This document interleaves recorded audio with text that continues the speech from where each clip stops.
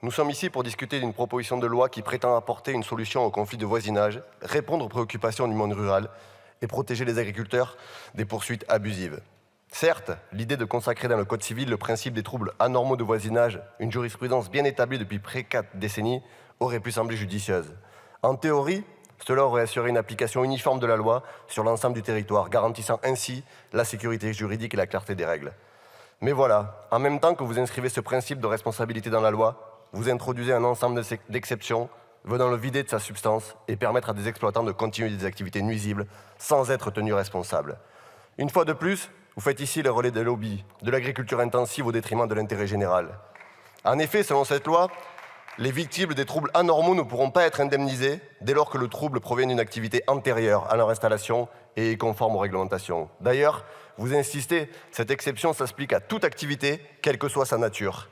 Une fois de plus, avec cette exception, les jugements n'iront que dans un sens, exonérer systématiquement les industriels de leur responsabilité, quelle que soit la nature et la gravité du préjudice. Concrètement, un nouvel arrivant ne pourra jamais plus se plaindre de la pollution si l'industrie qui la voisine polluait déjà avant son arrivée. Nous ne pourrons plus agir si la pollution était déjà là. C'est ainsi la possibilité de continuer à polluer parce que l'on a toujours pollué et sans que personne jusque-là ne s'en plaigne. Voilà ce que c'est le texte aujourd'hui que nous avons à voter. Ce texte va également permettre à l'agriculture intensive de s'étendre, malgré les externalités polluantes, mais aussi de desserrer le verrou de la constructabilité des terres, un terrain inconstructible pouvant valoir 10 fois celui d'une terre agricole. Avec vous, pollueurs et spéculateurs gagnent sur tous les tableaux. C'est tout simplement inacceptable. Les sénateurs sont allés encore plus loin, en exonérant de responsabilité l'exploitant agricole, dès lors qu'il n'a pas substantiellement modifié la nature ou l'intensité de son activité agricole. Ici, vous alimentez la caricature d'un face-à-face entre des agriculteurs présumés victimes et des néo-ruraux présumés dangereux. Vos propos, Monsieur le ministre, évoquant des citadins qui emmerdent les agriculteurs et encombrent les tribunaux en sont la preuve, alors même que le rapport 2020 visant à définir et protéger le patrimoine sensoriel des campagnes françaises souligne la difficulté de quantifier le phénomène judiciaire des troubles de voisinage, faute de données fiables. Vous occultez complètement les milliers de ruraux qui habitent la campagne depuis des générations et qui eux aussi se plaignent de la mise en danger de leurs conditions de vie par un modèle agricole que vous défendez. Ce ne sont pas seulement les néo-ruraux, mais tous les habitants, dont les paysans, qui subissent les effets de l'industrialisation agricole. En réalité, une fois de plus, cette loi ne protège ni les néo-ruraux, ni les agriculteurs. Elle est un gage pour les industriels polluants. Ce texte est écologiquement indéfendable, tant il va à l'encontre des enjeux environnementaux et tend à pérenniser la situation nuisible à l'environnement.